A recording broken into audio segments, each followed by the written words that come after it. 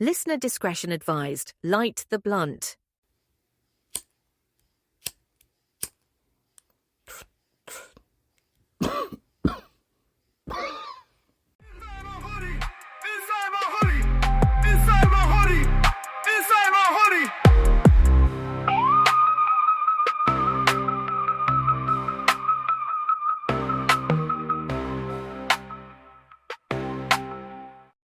I just hit record and he ran away.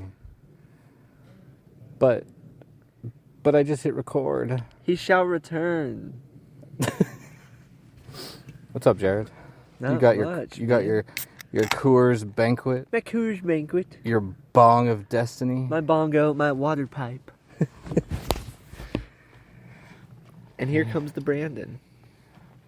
You all remember Brandon, the felon Llewellyn?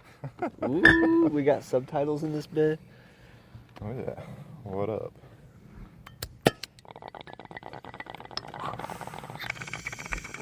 So, insidemyhoodie.com, insidemyhoodie@gmail.com, the question today and every day is, are we elevating? It's a good question. Talk louder. That's a good question. Who gives a shit? Elevating? So, what is elevating? Like your vibes. Like, Okay. the goal is, for me at least, is to feel a little better every day. Now, that's not meaning to be afraid of your bad days. We have them. We're allowed to have them. But I'm tired of the cycles. Yeah. You know? Like, every Monday, which for me is Sunday, shouldn't be, oh, I just have to get to Wednesday. And then when I have Wednesday, I just have to get to Friday. Yeah, the cycles should be progression, you know? Not just, Talk louder. I feel like it's Hold kind on, let's of... do this. I got an idea. We're going to use your beer bottle. Your beer box is a little elevator. oh, okay. Sometimes elevation. it feels like a cycle, but most of the time I feel like when I take a step back and I look at it from afar, it looks more like this really big, tall hump. And at the end, it does steep back down a little bit, but it's not that far. When I fall, I don't fall down as far as I climbed up, right? Right. And then I start climbing back up again. Good. And the hill just looks kind of the same, unfortunately. But I do know that it's a different hill. You know what I mean? Like, even if the scenery is the same sometimes. Exactly. And I think hills and those kind of things are always going to present themselves in different ways. Mm-hmm. Like, when I first was like, I'm going to write a podcast. I'm going to do a podcast. I'm going to do it my way. No one's going to talk shit about it. And now I'm actually really surprised. I talked about it on my episode with Sarah a few days ago. But I encountered my first gatekeeping, negative talk, naysayer, you know, and I was like, okay, if I had just... I feel like there's a certain level that I reached with it, and that's the only reason he engaged with me at all. Like, he would never engage like Joe Rogan or Crime Junkie or Swindled. You know, he's only going after these... Because I looked up his account. I don't know who he is. He didn't give me... Like, he just has a bunch of articles about why different podcasts suck and where they can improve, but he doesn't have any... Who are you? You know, what have you done that we should listen to you? Like, if Joe Rogan hit me up and said, maybe you do this different, I would take that into account. Yeah. You know? So that's just another hurdle. It was like, it kind of brought me down a little bit, but it's kind of to be expected. Like, it's one thing if, like I like to sit around and listen to guys like Joe Rogan get shit talked because he's got it made and has a bunch of problems and stuff, but, like, if it's not, like, literally my life goal, it's not my entire Reddit page to, like, I'm not going around posting just specifically articles to shit talk guys like Joe Rogan. Exactly. You know what I mean? I just, like, yeah, I think that's kind of crazy if your whole... It's one thing to disagree with what these men are doing, because I do in so many ways, but it's another to entirely just, like, be hunting down guys that do little podcasts. Yeah, and it like, wasn't even looking just a for... guy. I wasn't even looking for advice. It was just, hey, if anybody wants to check this out and co-host with me, let's do it. This is what I'm doing. He's like, you're doing everything wrong. And I said, well, that's your opinion, and This is my show, and I'm going to do it how I want to do it. And he's like, well, you're unwilling to change at all, then you're just going to crash and burn. I was like, respectfully, sir, I am willing to change, but I have to discern whose advice I take.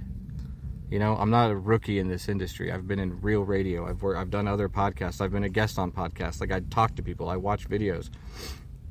It's just, this is another form of art, you know? Some guy might watch Bob Ross his whole life and then decide he wants to paint like Van Gogh. That's okay. I think Bob Ross would say that's a lovely picture. I agree. It's well said. We went to town today, listeners. Mm-hmm. I don't have any plans for this. We just grabbed some beers and some smokes and sat down. So you can eavesdrop if you'd like. Yeah. Town was cool. Civilization, you know. Need a reminder every once in a while. Yeah. Mm-hmm. The fair is going on at the outlets in Dawsonville, or the carnival. It was really fun last year. We did go last year, and I felt like crap afterwards because I'm old. I love that shit. By the way, your walker's in the mail. Y'all laugh, but when that gout flares up, cut it off. No, you're strong. You use a cane. Mm-hmm. Yeah. I watched this video today because I've been getting the travel itch a little bit, and I really want to do another Amtrak ride. So there's this YouTube channel called Through My Lens. It's very chill. Check him out. It's like almost ASMR quality. It's really good. And you might hear some wind. Sorry. Get over it. I'm just kidding. I love you. Anyway, so he did the route from Chicago to, I think, somewhere in California. And it's like one of the most scenic routes. It's been around since the 1800s. And I really want to do it. But it takes I think it's like 48 hours or something. It's like 2 days. So he had a sleeper car. So he's reviewing the food. It's all stuff I know. Because I took an Amtrak train from Spokane, Washington, back to Atlanta back in like 2008 sometime. No, it was 2007. It was late 2007. And he goes and he decides he's going to review the coach seats. And he does. And he's like, oh, I couldn't do this for 2 days. Even though they're like first class seats. But I did that from Spokane to Atlanta in coach. 72 hours. And then you have these layovers where you're just, oh my goodness. It was hard on the body. I was fresh back from overseas, you know, in pretty good shape. And it was still pretty tough. But I'd love to go and do that route with a sleeper car. Because they time it right too. Like you'll drive overnight through Nebraska. Who wants to see Nebraska? No, not again. Not again. Has been twice. Yeah, I was through Kansas once, and I was like, I have no problem believing that Dorothy wanted to get the F up out of here in a tornado. Huh. States.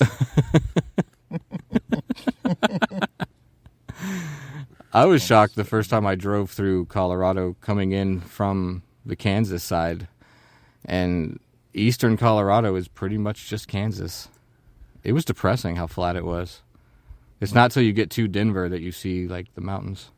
I was flabbergasted to see the West and all that whenever I went Boy, out we towards... barely hear you, boy. Oh, my bad, boo. I was flabbergasted whenever I went out towards Seattle and all that. I've never been out that far, and so whenever I saw those mountains and all that good stuff, that was crazy. It's beautiful. Mm-hmm. Like our mountains here in Georgia are pretty too. They're so ancient that they're basically like stomped out already. Yeah, they're eroded. Yeah. They used to be big and tall. Big and tall. There's a song about, right? Big and tall. Who knows? It was beautiful though.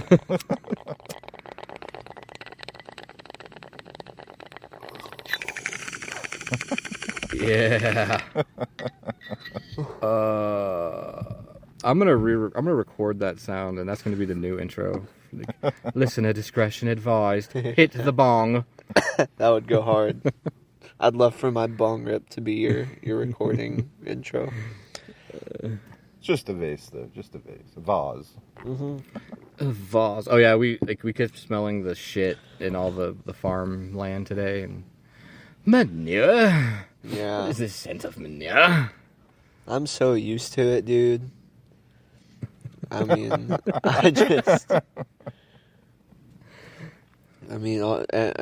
even in Thomasville, you know, there's a lot of farms and stuff around. I mean, if you're not right there smack dab in the middle of the town, chances are there's a farm nearby.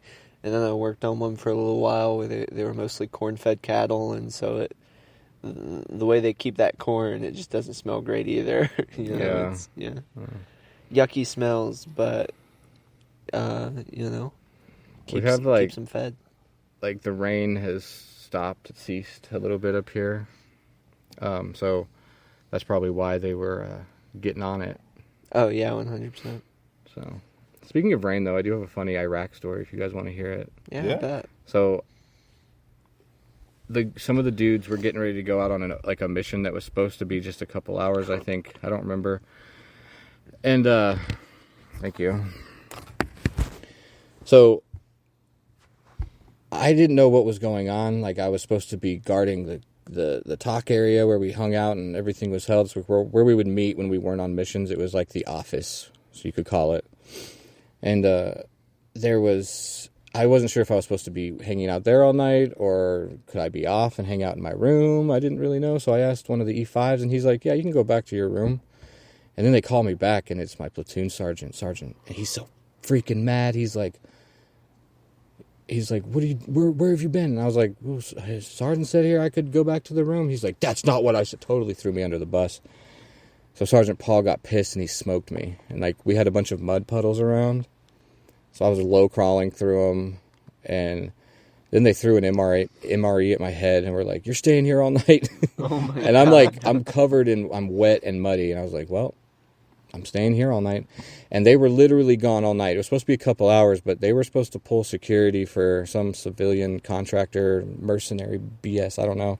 It turned out to be a pretty hairy night because they used my digital camera to take pictures of all the dudes they dropped.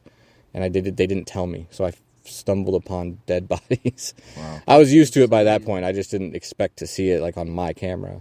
Yeah. But they needed it's weird. Combat these days, you got to really have your write reports and count your bullets. It's BS.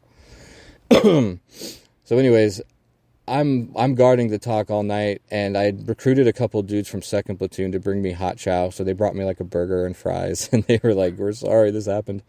Like, it's just part of the game. I'm a young guy on the totem pole. I was actually secretly pissed, though. I was like, this is BS. I got thrown under the bus. I was just trying to go to my room. Yeah, I was just like, whatever. So anyways, they come back around morning time, and I'm still covered in mud and everything. And one of these contractor, mercenary dudes, I don't even know what they really did. He walks past me and sees me, doesn't know us from Adam, and just sees I'm all muddy. And he's like, man, what a night, huh? And I was like, yeah, dude, this is what we live for, right? Like, yeah, so I didn't even get to be a part of it, but he thought I was. I can't wait to get linked up with some of the guys I served with and tell our stories. I think it would be really good for you. Yeah, it'd be fun. You gonna bring them up here? Or? No, I'll go to them. No. If I could get, I have that picture of me, Lieutenant, Chuck, Ellis, the 4 of us on the Humvee. If I could get the 4 of us together, that would be dope. Yeah. Because we did the first 6 missions together. We always had either Mark, who was our interpreter from Michigan. I'd love to. He can come too. We have some funny stories and some intense stories.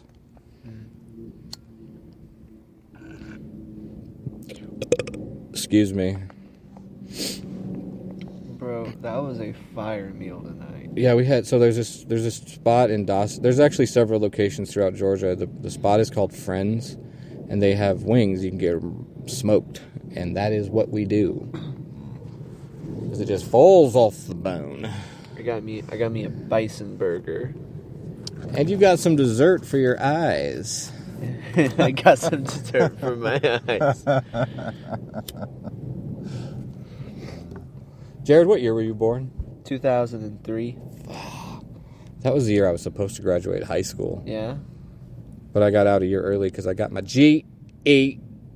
My brother got too. that shit. I had switched over to a self-paced school, and I really, really suck at math. So I had to take this test to see where I was placed, and I kind of placed at where I'm supposed to be or ahead on most other subjects.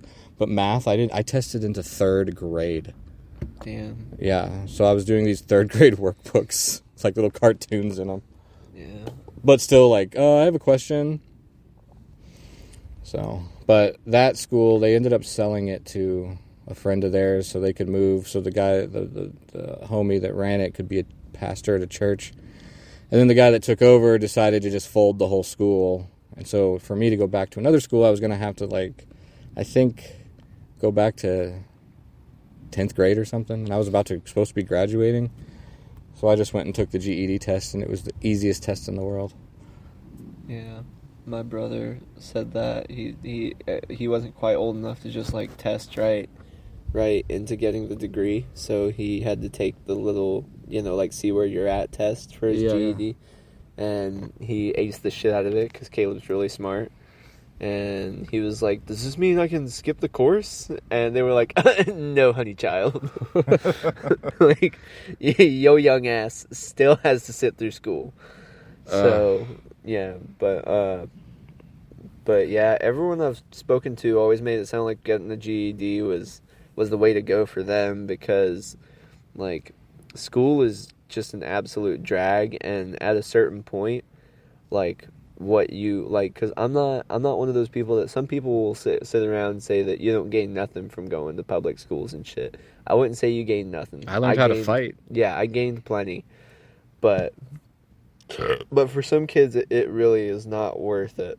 And it was weird because I grew up in a Christian household, but then I'd go to public school, and they would be teaching us evolution. So it's very confusing. It's like, I got to learn this and then discard it. Yeah. It's kind of like math in general. Yeah, that was something that I found odd, too, because I kind of sat through a similar thing where you grow up being told to discard this information, but the older you get, the more you're like, didn't it kind of make more sense, though? Right. Yeah. No, it does. I mean, I don't think we came from... who knows? I'm not going to get into all that.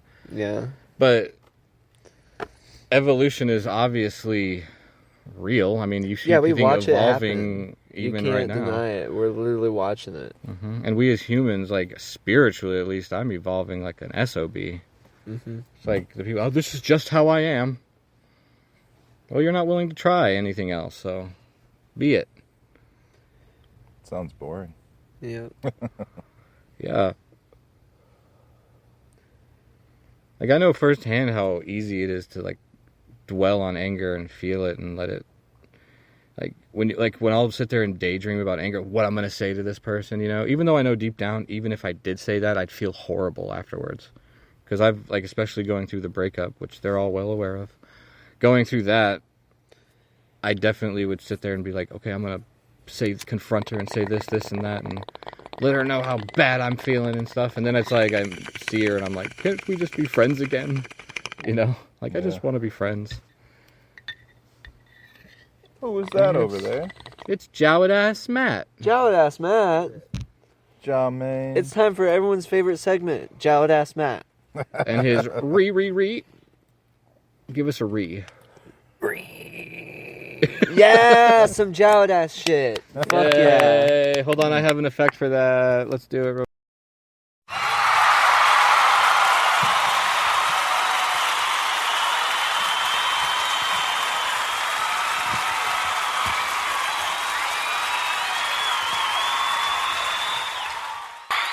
More than you deserve.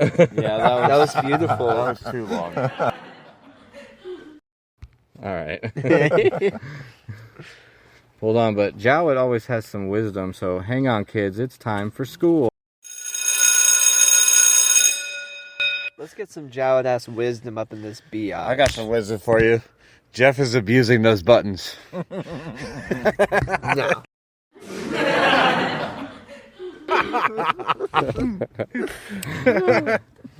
Making stuff. What's this one? Let me just play. Just another applause. It's kind of chilly out here, guys. It's getting a little You're chilly. from the mitten. This is nothing. It's probably 70 degrees as I'm in a sweater. Yeah. Also from the mitten. The mitten. The mitten.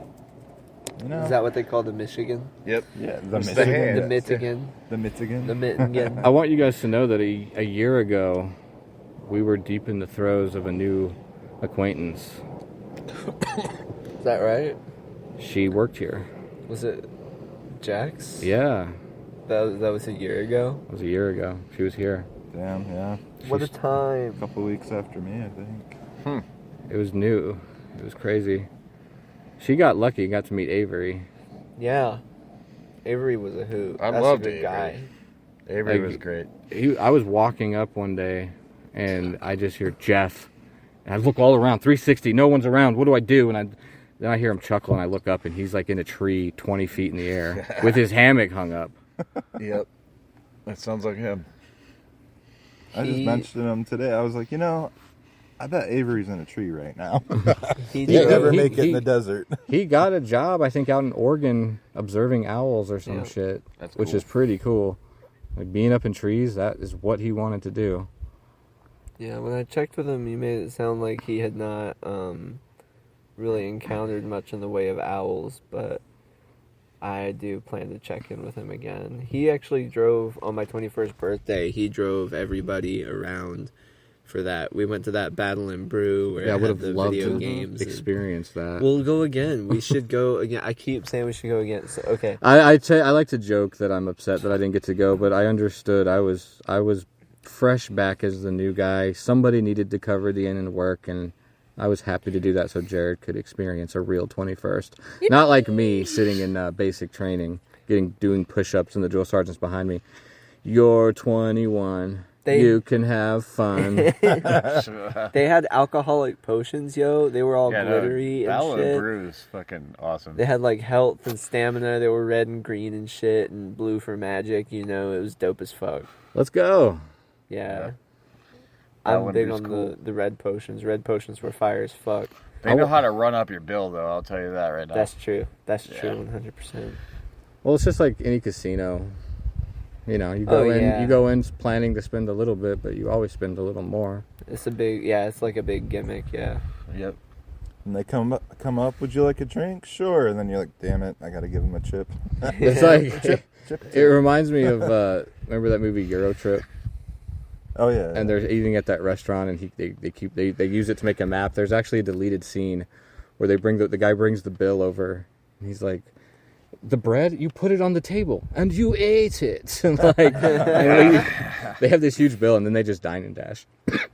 That's awesome. Have you guys ever dined and dashed? Hell no. No. I'm a Nope. good boy. I wanted to. I'm not saying it won't ever happen. I did it twice at the same restaurant. Yeah. Oh, that's villainous. When I lived in Texas, me and my buddy, we would park across the street at the mall, and we'd sneak into this Chinese buffet, and we'd eat. We would go when they were really busy, and we'd eat, and then we would run out this side door.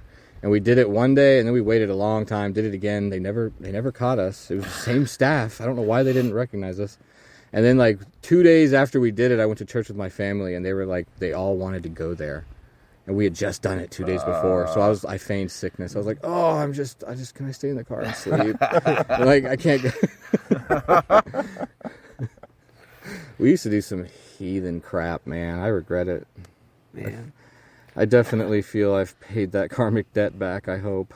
I was a good boy. The most we did was like we'd go to Waffle House and put the same song on the jukebox multiple times. I've done that one. I've done Yeah. that. I did that at Moondogs a couple times. We thought it was so funny. What do high schoolers do in Thomasville on the weekends and stuff? Oh man, it depends. So Is there honeys up in Thomasville? honeys, that also depends. So there are lots of lifestyles to lead in a small shitty town in the South.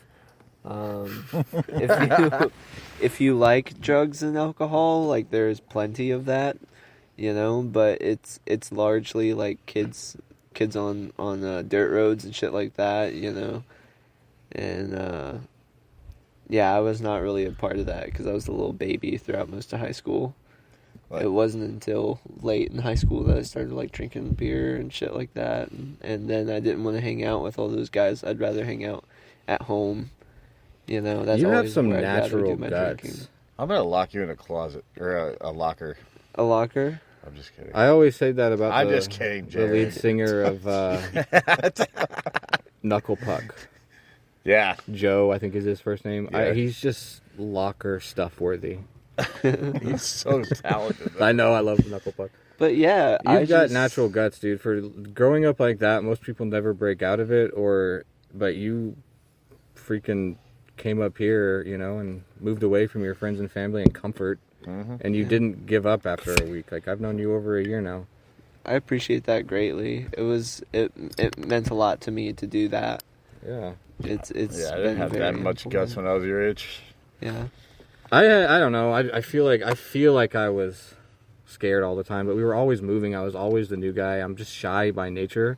I like Yeah. to observe before I just jump into things, and so I didn't really have a choice in that matter. But yeah, I just assumed everything I've done since then, like joining the army, going to trucking, all that stuff. You feel that little bit of anxiety, you know. I just figured that was normal. I didn't realize people go through life comfortable, like Brandon.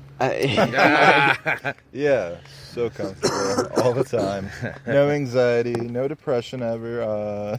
I don't know if I don't think most people do it that comfortably. I was And- joking. I was kidding. Oh, yeah. Yeah. I didn't mean to, like, I didn't mean, oh, Jeff, you're wrong. I was more so, like, I just think it's important that people hear that, like, Yeah. you know. If you're scared, it's normal. Yeah, it's okay to struggle. It's normal, too. It's, you know. I had a friend the way who worked things here are. for a couple months, and then he decided to move out west to Washington, and he had never even left Jasper.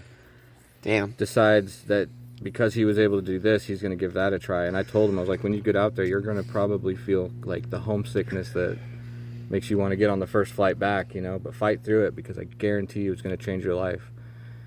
And he had the most beautiful experience. He did have those moments where I don't know, I didn't know my heart was going to feel like this, but he's made lifelong friends, and another one succeeds. You. Yeah. Yeah.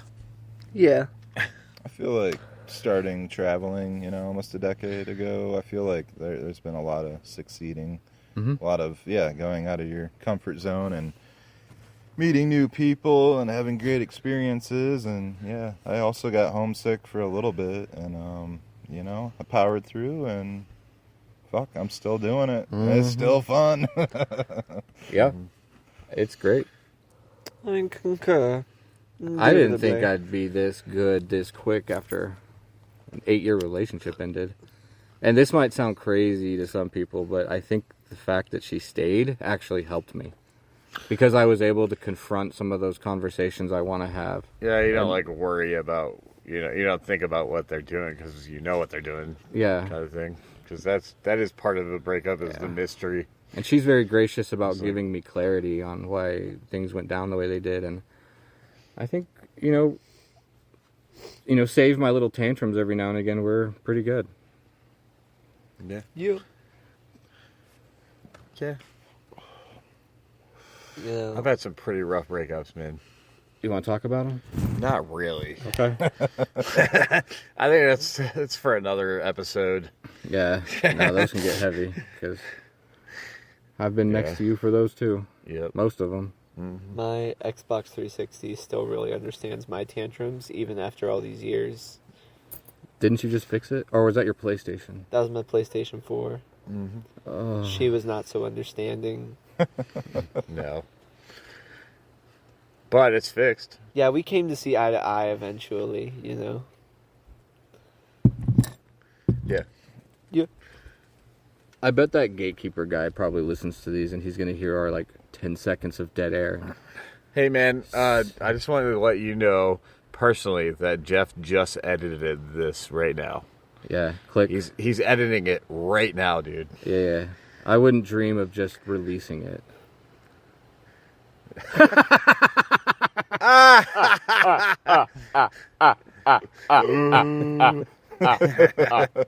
You know what's really interesting, Jared? Why Yeah? don't you tell me about one of your favorite animes?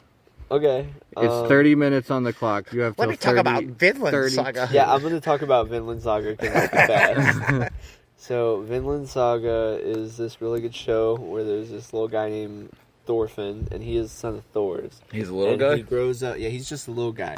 So, but he grows up for like the first several years of his life, being like, "Oh, my dad, Thor's. He's just Thor's. He's like my dad. He's a farmer in Iceland." But he comes to find out pretty quick. People are like, "Oh, yo, your dad, Thor's. He the man. He fuck everybody up." Wait, hold on a bit. So it's Thor's son. Thor's? Thor's. How creative. Thor. His Thor. name's It's Thor. his son, and Thor's- his name is Thor's son. No, Thor's son, Thorfinn. Oh, Thorfinn. Okay. Yeah. I'm sorry, everybody. Okay. Yeah. I'm being an ass. I'm sorry. Thorfinn is much more original. So Thorfinn, being an ass, I'm sorry. Thorfinn grows up, and Thorfinn is based on a real person, by the way, a real explorer named Thorfinn Karlsefni, who, if you're Icelandic or something like that, you may recognize that person. I don't know his real historical role, but you know, when he gets older, it turns out like, you know, oh, your dad, yo, he's the shits, yo, he's big bad motherfucker. He fuck everybody up, and so he's like, what? And then him and his dad, they get on a boat and shit, right? But it turns out his dad's old homies from the group that he used to run with, they're like, this motherfucker cannot stand. He cannot. He is a one-man army, and he stands in the name of peace and love, and we cannot be having that shit. And so they have a guy wipe his ass out. This dude plays dirty. He fights him fair and square, but little does he know there's a bunch of archers. Boom, boom, boom, boom, boom. They shoot down Thor's. It is fucked. They shoot down Thor's, the troll, the greatest warrior of the Yams Vikings. They just kill his ass. And his little baby son is there on the boat with him to be all like, "Ooh, daddy!" You know? And it is really sad, actually. I just saw it for a split second. Yeah. Good. And Time's out. Finish your thought. Oh, okay, so That's all then he he gets? goes on to become like a super strong warrior under the guidance of the mercenary that killed his dad. So the Matrix. Oh, Yeah, it's basically the Matrix. that sounds complicated. Yeah, it is really complicated. Dude, I do not even want to spoil. Does he eventually want to get strong enough to kill that guy? Yeah, that's his whole Okay. thing. He's sticking by his side so that he can be there to kill him as soon as he's strong enough. Yeah. Okay. Yeah, This sounds pretty cool. it's incredible, and I can get down I'm with just that. I'm not even gonna get, because I don't want to spoil Thorfinn's character arc. It's so amazing. It's a show stuffed with themes of pacifism and nonviolence and love and all that shit, and it's but like still fighting for the things that are important to you and that you love. You know. Yeah. Yeah. Cool. I dig it big time. Sounds pretty cool. Yeah. They're themes I can get down for, having been raised by a very family-centric family. Yeah. I think my favorite anime is Hello Kitty. Yeah? I actually I'm watched just- Fruit Basket. Fruits Baskets? No way. No, it was. Fruits Basket? Is that what it is? It's the Yeah, one where Fruit they Baskets. turn into animals or some shit. I don't know how Fruit Baskets goes. I just know it exists. No, they don't turn into animals. I watched something when we were overseas because No, Fruits Basket is new. I wanted to be friends with the guy who set up our internet in case mine ever went down, which it never really worked in the first place, but he was still cool. But he was trying to teach me how to play Chinese checkers and get into anime and smoke cigars all at the same time. Three things What I'm just the not fuck? into. Those sound like three awesome things, though. It was fun just connecting, you know, like being bros. So we'd sit outside. He had this projector set up, and we'd all sit there with cigars and watch. I'm pretty sure it was just Fruit Basket, and they could turn into animals or something. I don't know. I was forced to go to the theater to watch Fruits Basket with I don't think it one was of my fruits. friends, and it was not like that at all. It was more like a It's like, slice of life. yeah, it's with like a lot of school like anime drama. type shit. Yeah. Yeah. He told me, though, he said, let me warn you, there's a lot of weirdos in this unit. Don't watch hentai. Oh, well, duh. I didn't know what that was. So I go to one of the guys in my unit. I'm like, you know what hentai is? He goes, I got you. He goes in his room and he comes out with this box. He's like, pick whatever you want. I never understood that. And it was like tentacles. I did nope. I love anime to death, but I never got the whole hint, I think. It's porn. And even when it's just porn. When people are like obsessed with like anime characters, like, oh, she's so hot. Like, I mean, it's a drawing, man. It's like, straight. It's a cartoon. Oh, I like a lot of like people getting mad about. They have sex appeal. They do have sex appeal, but 100%. it's like to be fully sexually attracted to when it. when it's like your whole hobby is anime, you're gonna fetishize anime. You know, it's just like I mean, I like people anime that a lot. are. That's how Lloyd was. Yeah, I know. He bought a couple fleshlights and he dated one of them. Full blown relationship. Good God, putting the man He's, on and we were like, so walk us through this. And he's like, well, she never argues, just gives it when I want it. I was like, all right, explained enough. Man, That's a little toxic. Oh man, we played our first. When I remember Lloyd's dad drove some of our gear to our first show. This was Andy Get Your Gun, and we played a show with a band called Cosmoscope, which is now known as The Funeral Portrait. And then there was a band called Under the Weather who put the show on, and it was in this basement of this church in the middle of nowhere. And his dad sees it, and he's got so mad. He's like, "This is the venue." He's like, "You guys should be playing the Tabernacle." We're like, "Dude, we just left your living room." I mean, he wasn't wrong, but Like, let us get there. You know, it was cool though. I mean, you could probably fit 50 kids in there, and there was probably 70. I mean, it was packed out and just really good energy. yeah. What venue was it? It wasn't a venue. It was the basement of a church. Oh. Yeah, because Under the Weather was a Christian band. So. I never played at a church, but I did practice in a church for the last band I was in. We practiced in a church, and none of us were religious. Yeah. I mean, they have if anybody was in there, they probably heard us say some things that they're probably like... being religious and being a good person are not hand in hand. Yeah. Got that right. Anyways, well, this was fun. I'm kind of out of shit to talk about. Okay. All right. Whatever. I mean, we can keep it going if y'all want. I could play this old spoken word thing I made. Spoken word. Yeah, I used AI. I had this old journal entry I'd found. I didn't really know what it meant. And I was like, it must have been really high when I wrote it. But then I was like, I wonder what's going to happen if I put it in this AI thing. And I did this 6 months ago, and it just shit out this little dinky thing. It's kind of funny. I'll let y'all hear it. Sure. Don't let the path others walk distract you. Just light your own waves in the fire inside your determined eyes. Never seen a politician give a general a wave, 'cause the politician is a coward. Sorry, did I stutter? A general staring 1,000 down with a grimace and steel eyes all around says, soon enough we'll be gone, so why start to worry? He makes a good point, what's the hurry? Back to the side quest, they found the key. Eureka, for the first time in history. It's 8-3, so what's 9 to 5? 3-6-5. For what's 9 to 5, 365. So what's 9 to 5, 365?